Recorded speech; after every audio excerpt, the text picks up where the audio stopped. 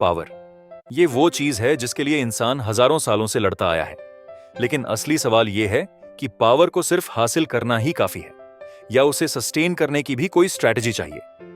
मकियावेली की legendary book the Prince यही reveal करती है रूलर्स और लीडर्स कैसे अपनी अथॉरिटी को बनाते, बचाते और बढ़ाते हैं। मकियावेली कहते हैं कि पॉलिटिक्स और लीडरशिप की दुनिया ब्लैक एंड व्हाइट नहीं बल्कि ग्रे होती है। यहां मॉरलिटी से ज्यादा मैटर करती है स्ट्रैटेजी, यहां कंपैशन से ज्यादा काम आता है कैलकुलेशन। वो बोल्ड तरीके से समझाते हैं कि कभी कभी एक सफल नेता को कुटिल लोमड़ी और शक्तिशाली शेर दोनों बनना पड़ता है।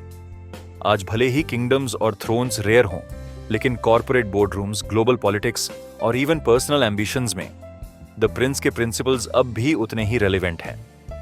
ये बुक आपको सिखाती है कि लोग असल में कैसे सोचते हैं, कौन सी साइकोलॉजिकल ट्रिगर्स काम करते हैं और पावर गेम्स में जीतने के लिए किस तरह की कोल्ड ब्लडेड क्लैरिटी जरूरी होती है।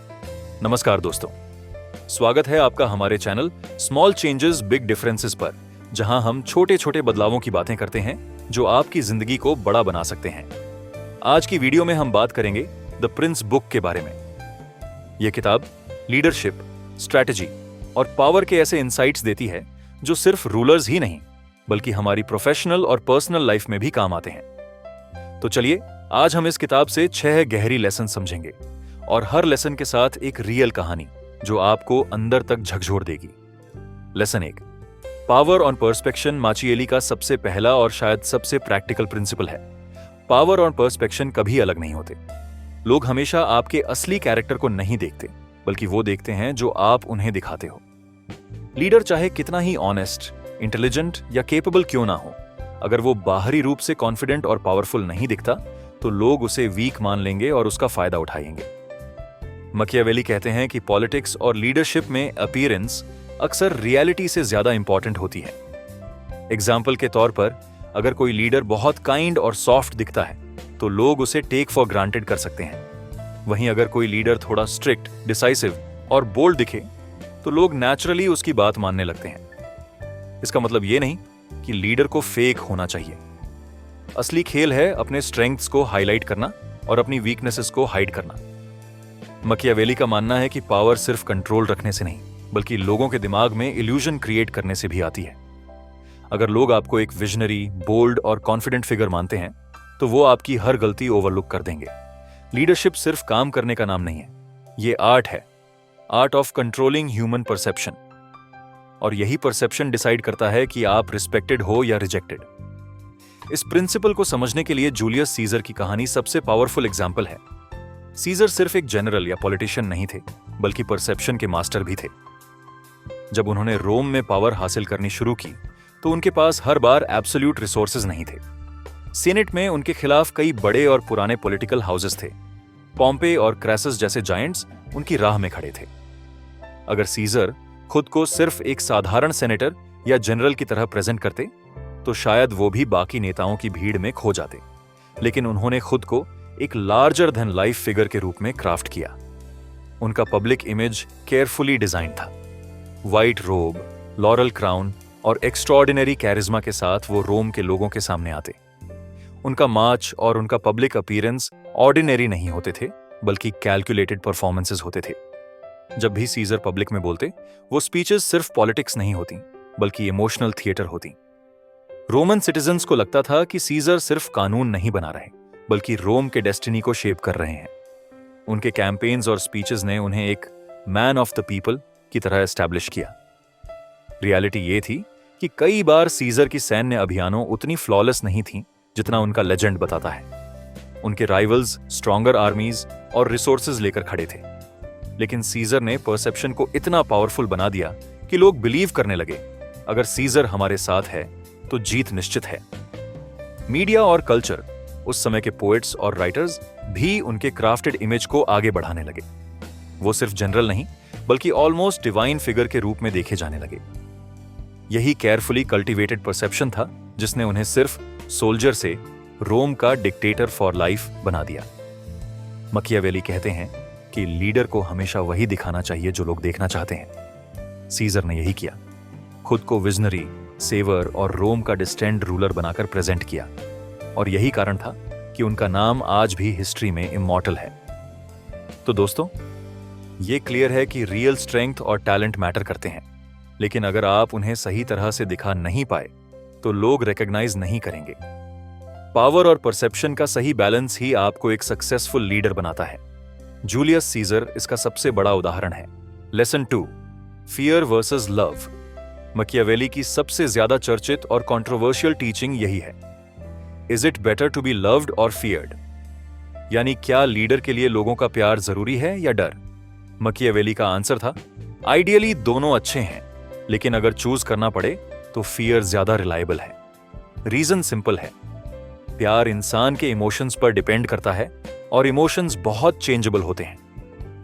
आज लोग आपसे प्यार करेंगे, कल किसी छोटी बात पर नफरत भी कर सकते हैं, लेकिन डर रिलेटिवली परमानेंट होता है। जब लोग आपसे डरते हैं तो वो आपके अगेंस्ट जाने से पहले 10 बार सोचते हैं। फियर उन्हें बाउंड्रीज क्रॉस करने से रोकता है, लेकिन मकियावेली ने यह भी क्लियर किया कि लीडर को इतना क्रूल नहीं होना चाहिए कि लोग उसे हेट करने लगें। हेट्रेड से रिबेलियन पैदा होती है और इवेंचुअली वो लीडर गिरा दिया जाता है। इसलिए बेस्ट स्ट्रैटेजी है बैलेंस बनाना, ऐसा फियर पैदा करना जो रिस्पेक्ट के साथ एग्जिस्ट करे। लीडरशिप में यह प्रिंसिपल हर जगह दिखता है, politics, army, corporate world, even family businesses. Leader को काइंड हार्टेड दिखना चाहिए ताकि लोग उसे अप्रोचेबल माने, लेकिन साथ ही उन्हें यह भी लगना चाहिए कि अगर उन्होंने गलत किया तो कॉन्सिक्वेंसेस होंगे। यही फियर लव का बैलेंस एक लीडर को लंबे समय तक टिकाता है। इस प्रिंसिपल को सबसे यूनिकली इलस्ट्रेट करने वाली स्टोरी है Suleiman the magnificent, Ottoman Empire के सबसे पावरफुल सल्तन की। 16वीं शताब्दी में जब पूरी यूरोप और मिडिल ईस्ट लगातार वॉर और इंस्टेबिलिटी में डूबे थे, सुलेमान ने ऑटोमन एम्पायर को एक ऐसे शिखर पर पहुंचाया जहां लोग उनसे जेन्युइनली प्यार भी करते थे और डरते भी थे। सुलेमान ने शुरुआत से ही परसेप्शन को केयरफुली क्राफ्ट किया। उन्हें लॉ गिवर कहा जाता था क्योंकि उन्होंने ऐसे रिफॉर्म्स लाए जिससे आम लोगों की जिंदगी आसान हुई। फेयर टैक्सेशन, करप्शन पर रोक और जस्टिस सिस्टम का मॉडर्नाइजेशन। लोगों ने उन्हें एक न्यायप्रिय शासक के रूप में देखा जो उनकी सिक्योरिटी और डिग्निटी का ख्याल रखता था। यह उनके लिए लव और लॉयल्टी बिल्ड करने का सबसे बड़ा फाउंडेशन था। लेकिन इसी सुलेमान ने अपने एम्पायर में एनिमीज को मर्सिलेसली क्रश किया। जब उन्होंने बेलग्रेड और रोड्स जीता तो उनके एनिमीज में इतना टेरर फैल गया कि कई शहर बिना रेजिस्टेंस सरेंडर करने लगे। सुलेमान का मैसेज क्लियर था, अगर आप लॉयल हो तो मैं आपका प्रोटेक्टर हूं, अगर आप बिट्रे करोगे तो मेरी तलवार रूथलेस होगी। उनका पर्सनल कंडक्ट भी इस बैलेंस का हिस्सा था। वो अपने सब्जेक्ट से बेहद रिस्पेक्टफुल तरीके से पेश आते, अक्सर सिंपल क्लोथ्स में आम लोगों से बातचीत करते, लेकिन जब भी उनके विजियर्स या जनरल्स करप्शन या बिट्रेयल में पकड़े गए, सुलेमान ने उन्हें तुरंत एग्जीक्यूट कर दिया। इसने मास परसेप्शन क्रिएट किया कि सुल्तान काइंड भी है और मर्सिलेस भी। उनके खिलाफ खड़े होने वाले रूलर्स, चाहे वो हंगरी के हों या सफाविड पर्शिया के, हमेशा 2 इमोशंस से लड़ते, एडमिरेशन और टेरर। सुलेमान की आइडेंटिटी एक ऐसे लीडर की बनी जिसने मकियावेली के आइडियल को परफेक्टली एम्बॉडी किया। It is best to be both loved and feared, but if you cannot be both then at least feared. Result, Ottoman Empire ने उनके रेन में इतना स्टेबिलिटी और प्रॉस्पेरिटी देखा कि इसे गोल्डन एज कहा जाता है। सुलेमान की स्टोरी हमें बताती है कि सक्सेसफुल लीडरशिप सिर्फ पावर या पॉपुलैरिटी पर डिपेंड नहीं करती, बल्कि उस फाइन बैलेंस पर जहां लोग आपको रिस्पेक्ट करते हैं क्योंकि वो आपसे लव भी करते हैं और फियर भी। Here lesson 3, ends justify the means. Machiavelli की सबसे फेमस और डिबेटेड लाइन है, the ends justify the means. इसका मतलब ये नहीं है कि हर इमोरल काम ऑटोमेटिकली सही है। असली मीनिंग ये है कि अगर आपका एंड गोल बड़ा, मीनिंगफुल और नेसेसरी है तो उसे अचीव करने के लिए अनकन्वेंशनल या अनपॉपुलर स्टेप्स भी लिए जा सकते हैं। रियलिटी ये है कि लीडरशिप में हर डिसीजन पॉपुलर नहीं होता। कई बार लीडर को ऐसे टफ चॉइसेस लेने पड़ते हैं जो लोगों को शुरू में बुरे लगते हैं, लेकिन लॉन्ग टर्म में सोसाइटी को बचाते हैं या सिस्टम को स्ट्रांग बनाते हैं। अगर लीडर हर समय सिर्फ मॉरल प्योरिटी और पॉपुलैरिटी के बारे में सोचेगा तो शायद वो कभी डिसाइसिव स्टेप्स ले ही नहीं पाएगा। मकियावेली कहते हैं कि पॉलिटिक्स और पावर के खेल में मोरालिटी फ्लेक्सिबल होनी चाहिए। अगर कोई लीडर सिर्फ आइडियलिज्म में फंसा रहेगा तो अपॉर्चुनिस्ट्स उसका फायदा उठा लेंगे, लेकिन अगर वो समझे कि कब कठोर होना है और कब सॉफ्ट, तो वो अपनी पावर को सस्टेन कर सकता है और लार्जर विजन अचीव कर सकता है। यानी कभी कभी अनपॉपुलर या कंट्रोवर्शियल स्टेप्स ही फ्यूचर को सिक्योर करते हैं। हिस्ट्री ने बार बार प्रूव किया है कि महान लीडर्स वही हैं जिन्होंने मीन्स के लिए क्रिटिसाइज होना एक्सेप्ट किया, लेकिन एंड्स से दुनिया बदल दी। इस प्रिंसिपल को समझने के लिए सबसे परफेक्ट एग्जाम्पल है सेजोंग द ग्रेट, 15वीं सदी का जोसेन कोरिया का राजा। सेजोंग का अल्टीमेट गोल था अपने देश को स्ट्रॉन्ग, यूनिफाइड और कल्चरली प्रॉस्परस बनाना। लेकिन वो इतना सिंपल नहीं था। उस समय कोरिया में पॉलिटिकल फैक्शंस और एरिस्टोक्रेट्स के बीच बहुत इंटरनल डिविजन्स थे। अगर सेजोंग सीधे रिफॉर्म्स और इनोवेशंस लागू करते तो पावरफुल नोबल्स तुरंत विरोध में खड़े हो जाते और उनका अथॉरिटी चैलेंज हो सकता था। कॉमन सिटीजन्स अभी तक लिटरेसी और गवर्नेंस रिफॉर्म्स के लिए तैयार नहीं थे। सेजोंग ने स्ट्रैटेजी अपनाई। उन्होंने छोटे, केयरफुली टाइम्ड स्टेप्स में रिफॉर्म्स इंप्लीमेंट किए। पहले उन्होंने एग्रीकल्चर, टैक्सेशन और मिलिट्री सिस्टम्स को इंप्रूव किया ताकि स्टेबिलिटी आए। उन्होंने जनता के लिए वेलफेयर इनिशिएटिव्स शुरू किए और अपनी पॉलिसीज को पब्लिक गुड के कॉन्टेक्स्ट में प्रेजेंट किया। इससे कॉमन पीपल उनका सपोर्ट करने लगे और पावरफुल नोबल्स के खिलाफ बैलेंस बना। जब समय सही हुआ, उन्होंने हांगुल स्क्रिप्ट यानी कोरियन अल्फाबेट डेवलप किया। ये इनिशिएटिव बहुत रेडिकल था क्योंकि एलीट्स लैटिन और चाइनीज बेस्ड स्क्रिप्ट पर डिपेंड करते थे और नई लिटरेसी सिस्टम से उनका पावर थ्रेटन होता था। लेकिन सेजोंग ने इसे ग्रेजुअल इंट्रोडक्शन और पब्लिक एंगेजमेंट के साथ लॉन्च किया। रिजल्ट, कल्चरल रेवोल्यूशन हुआ और लॉन्ग टर्म में लिटरेसी और कम्युनिकेशन ड्रास्टिकली इंप्रूव हुई। क्रिटिक्स और ऑपोजिशन ने उनके मेथड्स को स्लो और मैनिपुलेटिव कहा, लेकिन सेजोंग का फोकस अल्टीमेट गोल पर था, कोरिया को यूनिफाइड, एजुकेटेड और प्रॉस्पेरस बनाना। उन्होंने कैलकुलेटेड, स्ट्रैटेजिक और समटाइम्स अनपॉपुलर स्टेप्स उठाए ताकि लॉन्ग टर्म आउटकम मैक्सिमाइज हो। यहां मकियावेली की लाइन परफेक्टली फिट होती है, the ends justify the means. Sejong ने दिखाया कि इफेक्टिव लीडरशिप में कभी कभी ऐसा करना पड़ता है जो शॉर्ट टर्म में कुछ लोगों को बुरा लगे, लेकिन लॉन्ग टर्म में वही देश और समाज के लिए बेस्ट होता है। सेजोंग आज हिस्ट्री में विजनरी रूलर के रूप में याद किए जाते हैं। उनकी ग्रेटनेस सिर्फ मोरालिटी या इंटेंशन से नहीं आई, बल्कि स्ट्रैटेजी, टाइमिंग और कैलकुलेटेड एक्शन से आई। मकियावेली इसी ट्रूथ को हाईलाइट करते हैं। दोस्तों, लीडरशिप सिर्फ कैरिज्मा या लक पर नहीं चलती। स्मार्ट स्ट्रैटेजी और डिसीजन मेकिंग भी उतनी ही जरूरी है।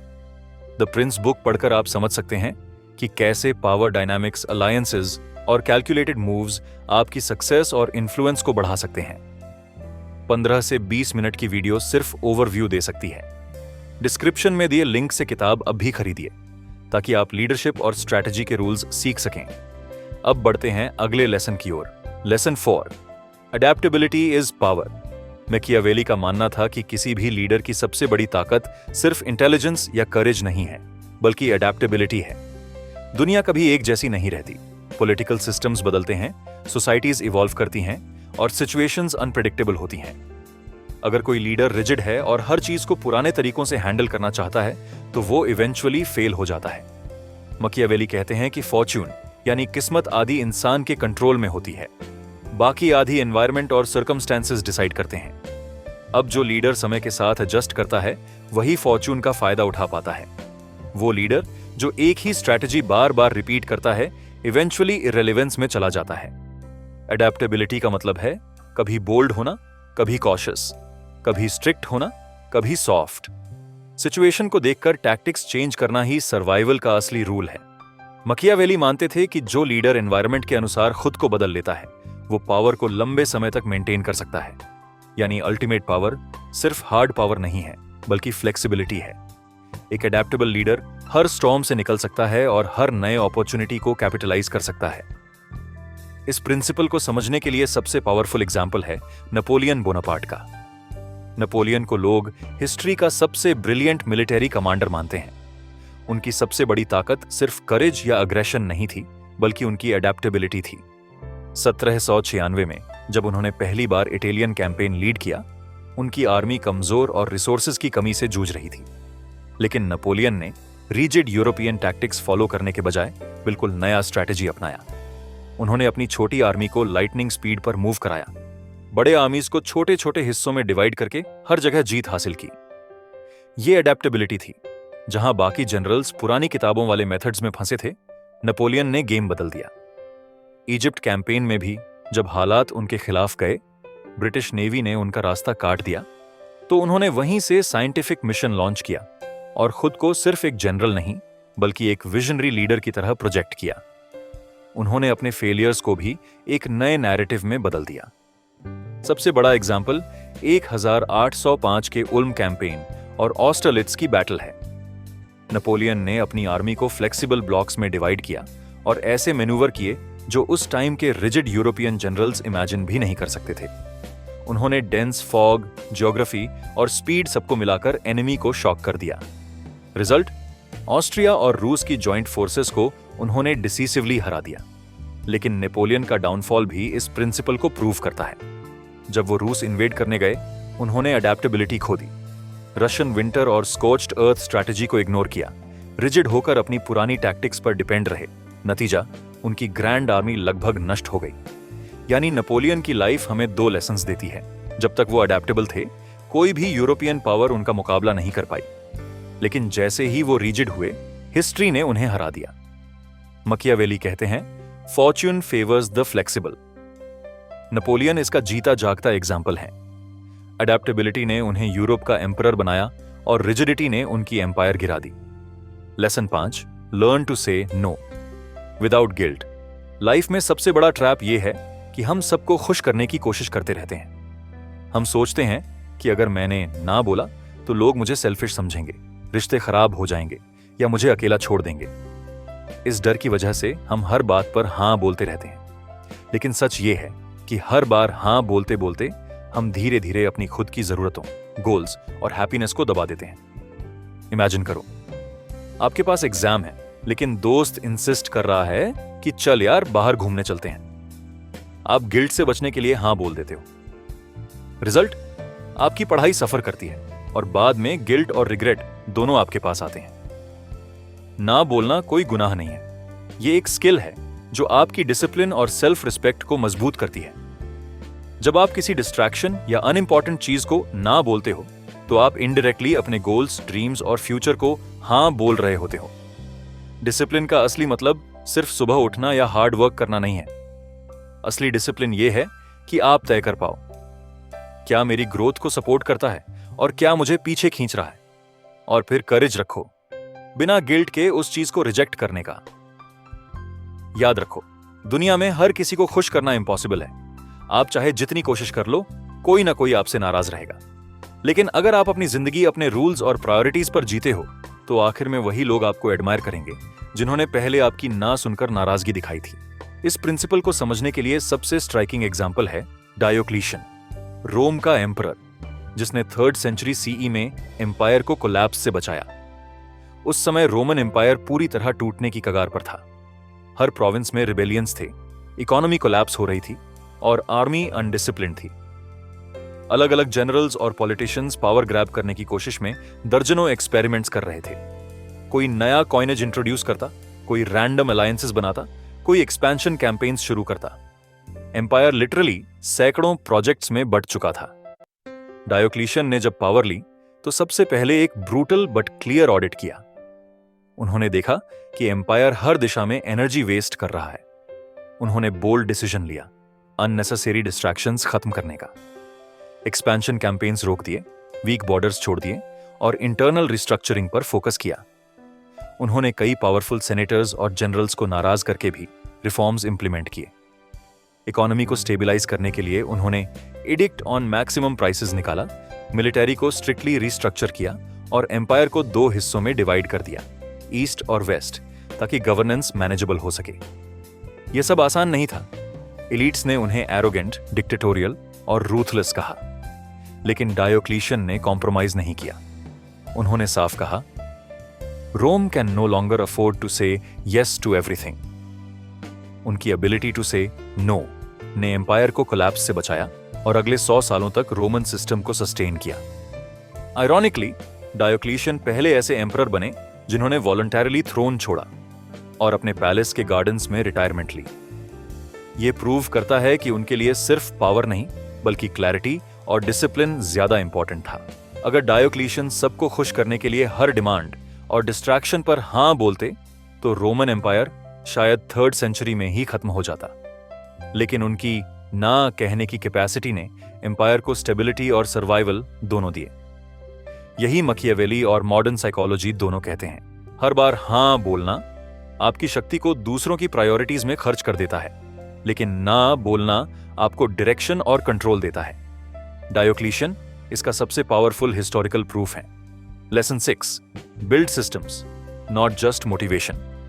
ज्यादातर लोग सोचते हैं कि सक्सेस का सीक्रेट है मोटिवेशन। हम मोटिवेशनल वीडियोस देखते हैं, किताबें पढ़ते हैं और टेम्पोररी एनर्जी फील करते हैं, लेकिन सच्चाई यह है कि मोटिवेशन एक स्पार्क है, फायर नहीं। स्पार्क जल्दी जलती है और उतनी ही जल्दी बुझ भी जाती है। मोटिवेशन पर डिपेंड रहने वाले लोग मंडे को सुपरचार्ज्ड होते हैं, लेकिन फ्राइडे आते आते उनकी सारी एनर्जी ड्रेन हो जाती है। Result, half finished projects, broken promises और गिल्ट। असली गेम चेंजर है सिस्टम बनाना। सिस्टम मतलब ऐसा एनवायरनमेंट, ऐसा प्रोसेस और ऐसी डेली हैबिट्स जो आपको डिसिप्लिन में रहने पर मजबूर कर दें, चाहे आपके अंदर मोटिवेशन हो या ना हो। फॉर एग्जाम्पल, अगर आप वेट लूज करना चाहते हो और सिर्फ मोटिवेशन पर डिपेंड करोगे तो 3 दिन जिम जाओगे और चौथे दिन बोलोगे आज मन नहीं है। लेकिन अगर आपने सिस्टम बनाया, जैसे जिम का कपड़ा रात को पहले से निकाल कर रखना, वर्कआउट पार्टनर फिक्स करना और घर में सिर्फ हेल्थी स्नैक्स रखना, तो आपकी हैबिट्स आपके लिए काम करेंगी। सिस्टम एक इनविजिबल फोर्स है जो आपकी जिंदगी को ऑटो पायलट पर ले जाता है। जब हैबिट्स ऑटोमेटिक हो जाती हैं तो आपको विल पावर वेस्ट नहीं करनी पड़ती। और यही डिसिप्लिन का असली सीक्रेट है। मोटिवेशन से नहीं, सिस्टम से जीत होती है। इस प्रिंसिपल को सबसे ब्रिलियंटली इलस्ट्रेट करती है चिन शी हुआंग, चीन के पहले एम्परर की स्टोरी। 3rd सेंचुरी BCE में चीन कई वॉरिंग स्टेट्स में बटा हुआ था। हर राज्य अपनी लॉज, करेंसी, वेट्स और मेजर्स और यहां तक कि अलग अलग लिखने की स्क्रिप्ट्स इस्तेमाल करता था। शताब्दियों से रूलर्स कोशिश कर रहे थे कि एक कॉमन एम्पायर बने, लेकिन कोई भी सिर्फ स्पीचेस या मोटिवेशन से यूनिटी नहीं ला पाया। जब चिन शी हुआंग पावर में आए, उन्होंने समझा कि सिर्फ इंस्पिरेशन या फोर्स काम नहीं करेगा। उन्हें सिस्टमैटिक अप्रोच चाहिए था। सबसे पहले उन्होंने एडमिनिस्ट्रेशन को पूरी तरह सिस्टम पर शिफ्ट किया। अलग अलग स्टेट्स के सभी लोकल लॉज खत्म कर दिए और एक यूनिफॉर्म लीगल कोड इंट्रोड्यूस किया। हर विलेज और टाउन में उसी स्टैंडर्डाइज्ड कानून से रूल किया गया। करप्शन रोकने के लिए उन्होंने ऑफिशियल्स को सीधे सेंट्रल अथॉरिटी के कंट्रोल में रखा। फिर उन्होंने स्टैंडर्डाइज्ड करेंसी और वेट्स मेजर्स लागू किए। इमेजिन करो, अगर एक राज्य का मर्चेंट राइस एक अलग वजन से बेच रहा है और दूसरे राज्य का अलग, तो ट्रेड और इकोनॉमी कभी स्टेबल नहीं हो सकती। चीन ने सबको एक सिस्टम में लॉक कर दिया। उन्होंने इवन चाइनीज स्क्रिप्ट को यूनिफाई किया ताकि कम्युनिकेशन बैरियर खत्म हो। आज तक मॉडर्न चाइना उसी स्टैंडर्डाइज्ड स्क्रिप्ट को यूज करता है। ये रिफॉर्म्स सिर्फ इंस्पिरेशनल स्पीचेस से पॉसिबल नहीं थे। ये एक फैक्ट्री लाइक सिस्टमैटिक अप्रोच था। Step by step integration, her level पर डॉक्यूमेंटेशन और स्ट्रिक्ट एनफोर्समेंट। रिजल्ट, चिन शी हुआंग ने न सिर्फ चाइना को पहली बार यूनिफाई किया, बल्कि ऐसी फाउंडेशन बनाई कि चाइनीज एम्पायर आने वाले 2000 साल तक सरवाइव कर सका। अगर वो सिर्फ मोटिवेशन या कैरिज्मा पर डिपेंड रहते तो शायद वो भी पिछले रूलर्स की तरह फेल हो जाते। लेकिन उनके सिस्टम ने उन्हें हिस्ट्री में फर्स्ट एम्परर ऑफ चाइना बनाया। यही कोर लेसन है। चाहे इन्वेंशन हो या empire building, system beats motivation. Qin Shi Huang का मॉडल बताता है कि जब आप अपनी विजन को सिस्टमैटिक डिसिप्लिन में डालते हो, तभी एक्स्ट्राऑर्डिनरी लास्टिंग चेंज पॉसिबल होता है। आज आपने जाना कि द प्रिंस सिर्फ पॉलिटिक्स की किताब नहीं है, बल्कि यह स्ट्रैटेजी, इन्फ्लुएंस और पावर मैनेजमेंट की कला भी सिखाती है। अगर आज की इनसाइट्स ने आपकी सोच बदल दी है, तो कल सुबह 10 बजे जरूर जुड़िए, क्योंकि अगली ऑडियो बुक आपकी अंडरस्टैंडिंग को और गहराई देगी।